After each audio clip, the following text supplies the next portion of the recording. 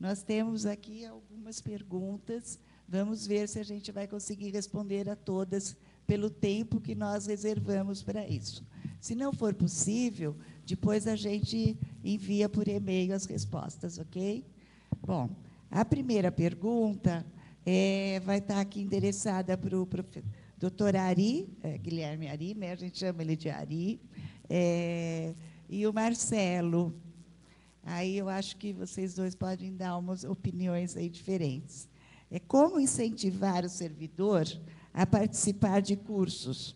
Faz-se necessário impor a participação através de instrumentos normativos? A experiência que a gente tem na Universidade de São Paulo pelo contrário, uma vontade grande, como acho que a Regina comentou isso, né? Uma vontade grande e mais critérios, né, para que a gente, vamos dizer assim, dentro aí de política e bom senso, a gente possa ter uma abrangência maior. Vou dar um exemplo. A gente fez recentemente, completamos, no mês de maio, formatura, tudo bonitinho, né?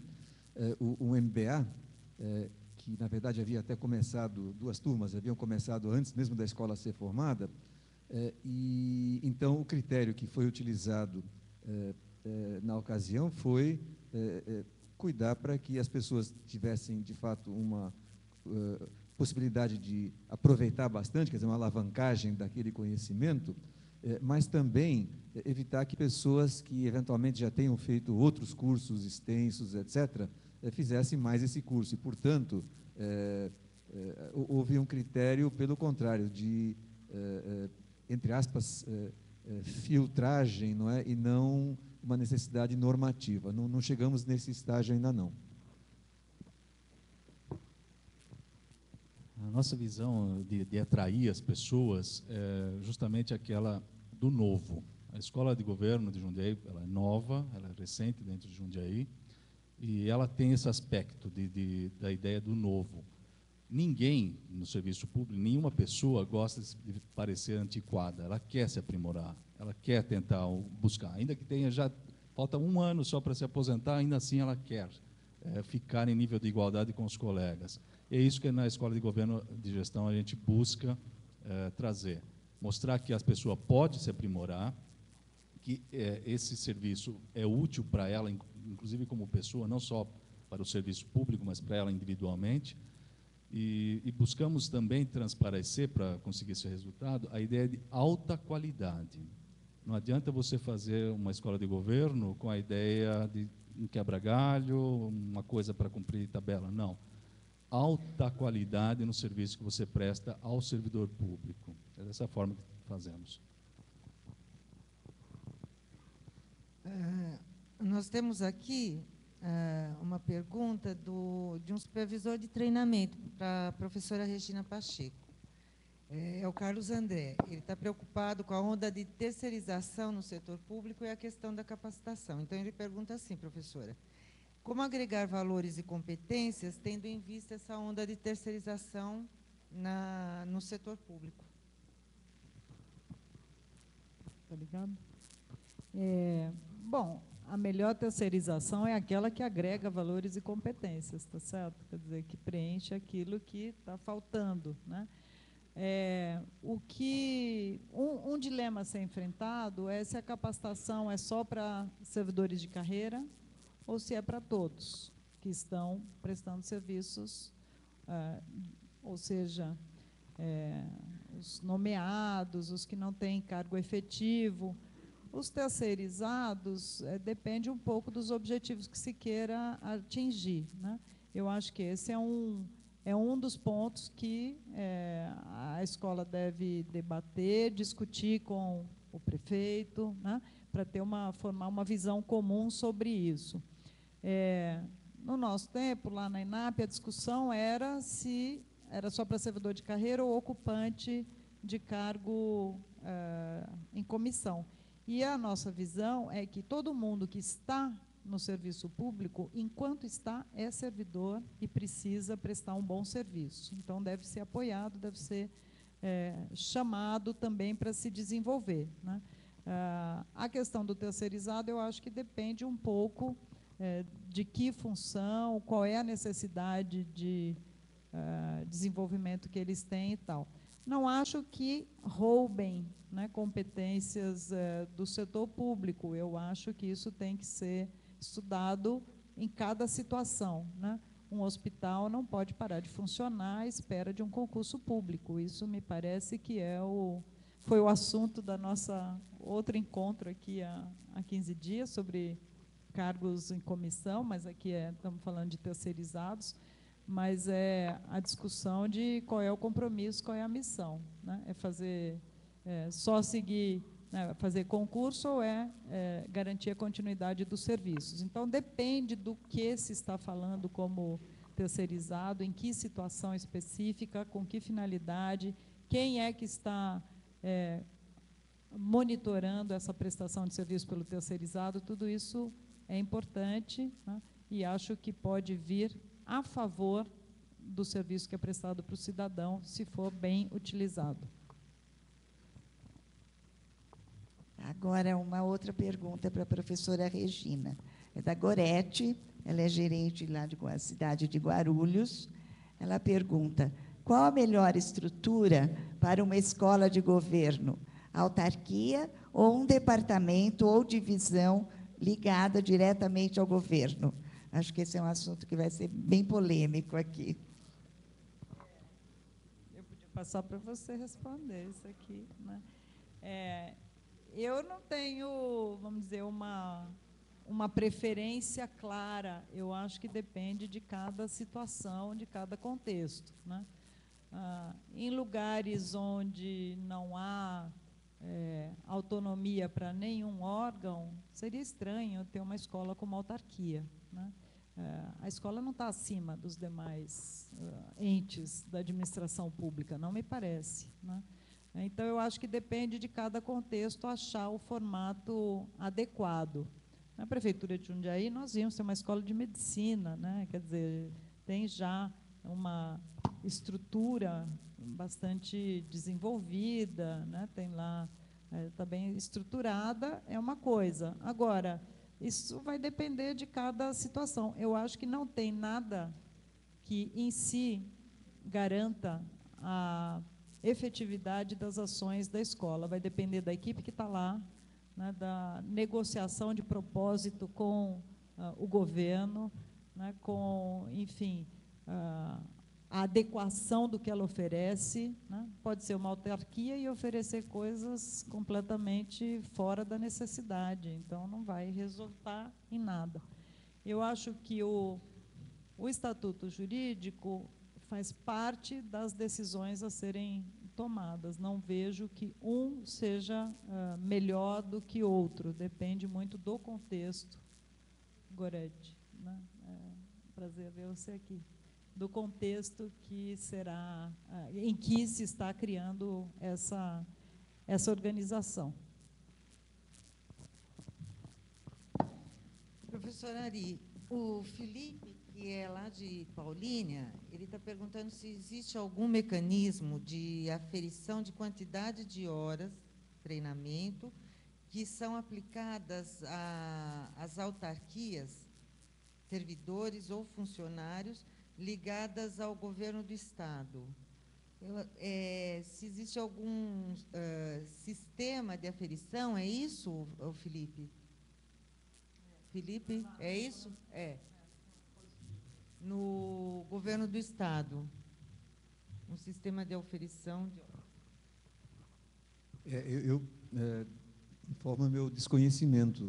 Se existe um sistema geral, penso que a questão pode ser mais adequadamente respondida por alguém da Secretaria de Gestão Pública. Se estiver presente, do Estado, eu, com muito prazer, passo a palavra.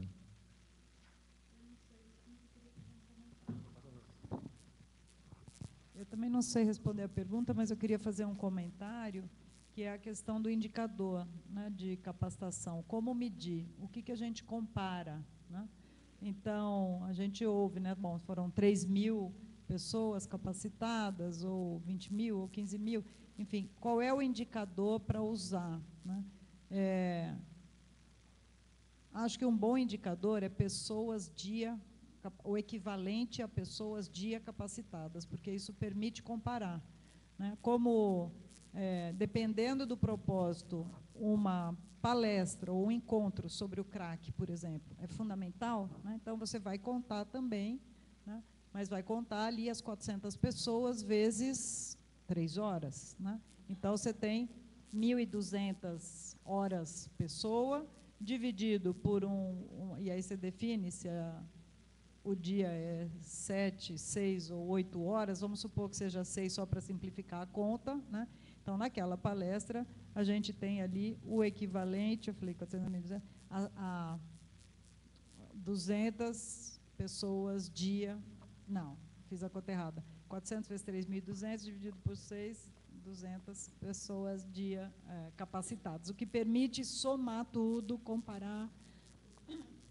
Então, um comentário assim, trabalhar indicadores comparáveis para poder mostrar os resultados, como o Lomona falou.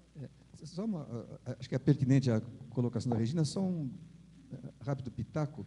Por uma outra razão, eu conheço um pouquinho os números da Secretaria de Educação, especificamente aquelas iniciativas de capacitação, incluindo exemplos do que a Regina comentou, que são feitas no ambiente da Rede do Saber.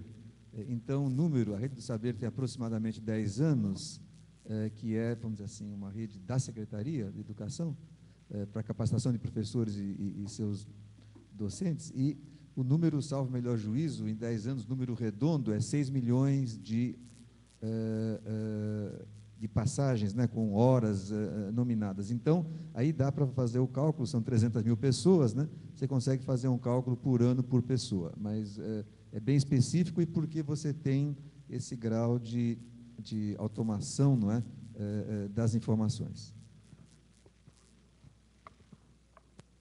Agora, nós temos aqui uma pergunta, da Suzy Alves, do Guarujá. Ela pergunta, eu acho que aí quem vai responder hoje seria a Estela. Como cadastrar a escola de governo, a ENAP, para adquirir recursos? Eu acho que isso você está... As pessoas...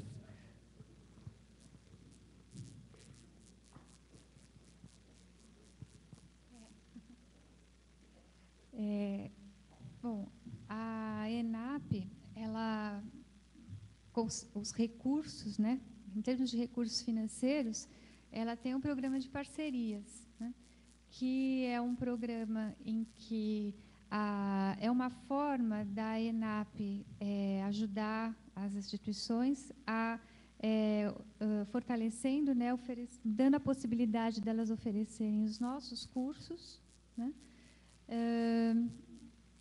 e tendo como contrapartida a capacitação dos servidores do governo federal que estejam naquela localidade.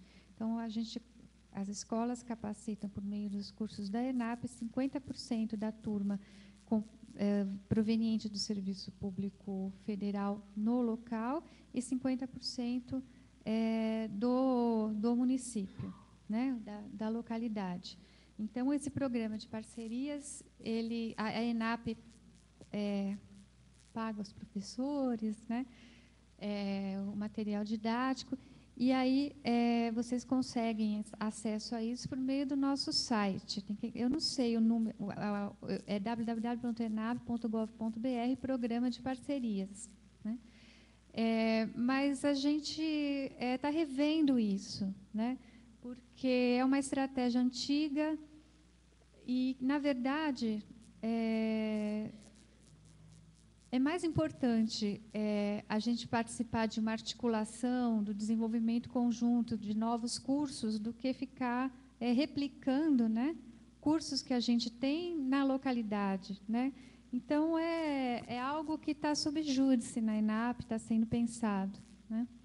Eu agradeço a pergunta e agradeço a oportunidade, né, só de fazer um esclarecimento. Assim, Regina, eu, como representante da ENAP aqui, né, só gostaria de retificar a missão da escola, né? Aquela missão, você mesmo falou, é da época de 1990 a 2002, né? Então, nos últimos 8 anos, a ENAP tem uma outra missão, né, uma outra formulação, que é desenvolver competências de agentes públicos para a melhoria, o aumento da capacidade de governo na gestão de políticas públicas. Essa missão foi definida no início da gestão da professora Helena Kerr, né, e foi reafirmada na nova gestão, né. E as palavras-chave dessa missão são agentes públicos, né, já numa visão mais ampliada de serviço público, envolve não só servidores estrito sensu, mas esse é um desafio ainda não vencido, né, completamente. A gente está numa luta, infelizmente, né, houve um entendimento muito restrito por parte do Ministério do Planejamento de que a ENAP só poderia, que o serviço público só pode pagar cursos, oferecer cursos de média duração, média para longa, para servidores estrito sensu, e não para o pessoal sem vínculo, que a gente fala, né, que são os quadros, os DAS. Né? DAS é uma linguagem aqui do governo federal. Então, voltando, as palavras-chave são agente público, competência, né, que aí o professor Ari já explicou aqui o que significa isso, né? Capacidade de governo é outra palavra muito forte para a gente, né? No sentido de que a capacidade de governo extrapola a capacidade gerencial, envolve acordos. O nosso principal problema, nosso desafio a enfrentar é a capacidade de coordenação, de articulação, né? E em gestão de políticas públicas, né? E que a nossa formação inicial continua sendo o carro-chefe da escola, né? A escola foi criada para fazer a formação inicial.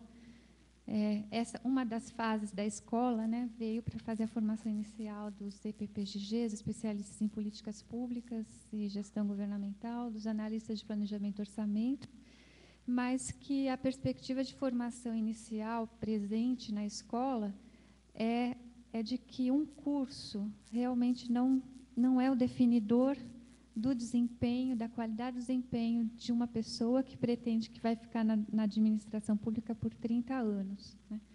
Então, a formação inicial ela tem que ser pensada de forma articulada com a educação continuada. Então, a ENAP tem investido muito, muito, muito em educação continuada, bastante. Né? Cursos gerenciais, formação de capacidade analítica, é muito importante para a gente a capacidade analítica para enfrentamento da complexidade. Porque a perspectiva é a seguinte, só por meio da capacidade analítica e da visão sistêmica que você consegue se manter em vários contextos distintos, né? Isso tem a ver com o conceito de competência. Então, era só para dar uma panorama geral sobre a ENAP, já que eu estou representando a escola aqui e a gente está discutindo, a Regina citou a ENAP, eu achei que eu tinha obrigação de falar. Obrigada.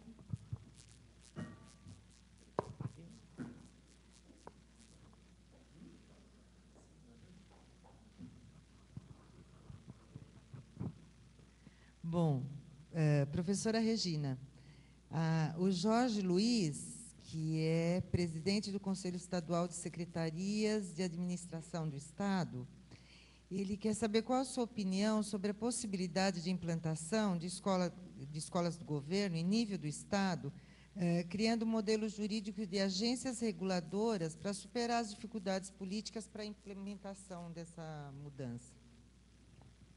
É isso, né? Bom, aí, se eu entendo, ele está falando de autarquia especial com mandato para os dirigentes. É isso, Jorge? É isso. A nível do Estado. Sim.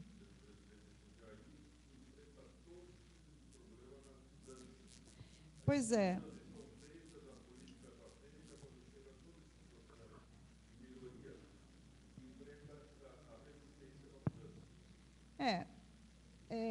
Eu tenho uma opinião aí pessoal e controversa. Eu acho que não deve haver mandato para dirigente de órgão desse tipo. Isso é vamos dizer, é um modelo desenvolvido no mundo, a experiência, né, o aprendizado das agências reguladoras, mas para funções muito específicas, para funções que envolvem, de fato, regulação em mercados competitivos ou em mercados monopolistas, né, para áreas de investimento de longa maturação, etc. Nada dessas condições define a atividade de capacitação, né, ou de formação de quadros, ou de apoio ao desenvolvimento da máquina pública. O risco de insular, né, isso chama insular, então você põe lá e diz, olha, aqui, né, ninguém bota a mão e vai... na verdade, não é que ninguém bota a mão, porque quem é eleito está de acordo com aquele governo. O problema é que muda o governo e a pessoa continua lá, né, mais ou menos assim.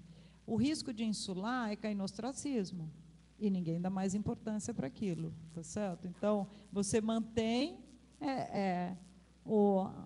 a mesma equipe, mas aquilo perde a importância, não é mais útil para o governo, não é mais útil, né, portanto, para cumprir sua missão.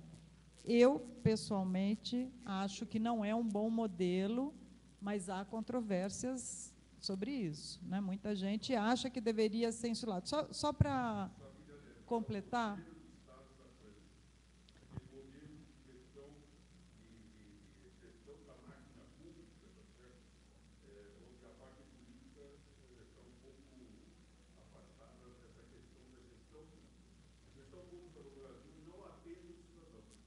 Bom, mas isso é porque ela precisa ser reformada, né? E a culpa não é apenas dos políticos, eu acho que é também de diagnóstico.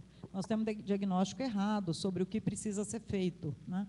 Então, eu acho que, na verdade, como modelo, como alternativa à autarquia, eu acho que a melhor figura, se é para dizer uma, e voltando àquela outra pergunta, do meu ponto de vista, é organização social, tá? Porque não tem aí uma função típica, não tem aí um poder de Estado implicado, tá? Essa organização social terá uma equipe dirigente que pode permanecer, o que é discutido é o plano de trabalho, tá? Aquilo que vai ser executado, né? Então, esse eu acho, em termos de figura, né, a melhor dela. Houve, inclusive, uma interpretação estreita daquele artigo da Constituição que foi colocado na emenda constitucional. Ele não é um projeto da emenda constitucional, ele foi adicionado, né, aquele União, Estados e Distrito Federal manterão escolas de governo. Manter não significa ter dentro da sua estrutura, né? Manter pode ser financiar e pode ser, né, dotar os recursos para uma entidade que, se tiver agilidade, se tiver cobrança de resultados, será muito melhor. Por isso que eu acho que a organização social é um bom modelo, né, e não acho que insular, né, criar mais rigidez vai ajudar que essa entidade preste bons serviços. Vou fazer um comentário rápido. Eu estou de acordo também nesse ponto de vista. Acho que, claro, temos que buscar alternativas para ter uma efetividade no serviço público. Me parece que a ideia de agências executivas, embora seja um padrão interessante, ele não deve se aplicar a funções estratégicas do governo, mas apenas para situações estratégicas da sociedade, que é particularmente o caso do petróleo, energia elétrica, água, etc., né? Buscando aí um meio termo, né, para poder também dar uma alternativa, pode ser interessante pensar no caso, é das outras autarquias que temos em Jundiaí, que é a Faculdade de Medicina e a Escola de Educação Física. Lá elas têm o seu corpo diretivo, é escolhido pelo prefeito em última análise, sim, é verdade, mas desde que sejam professores da entidade e eles têm um mandato efetivo, ele vai ser cumprido até o final, mesmo que ultrapasse a gestão do prefeito, vai ser cumprida até final do mandatário mesmo. É uma alternativa.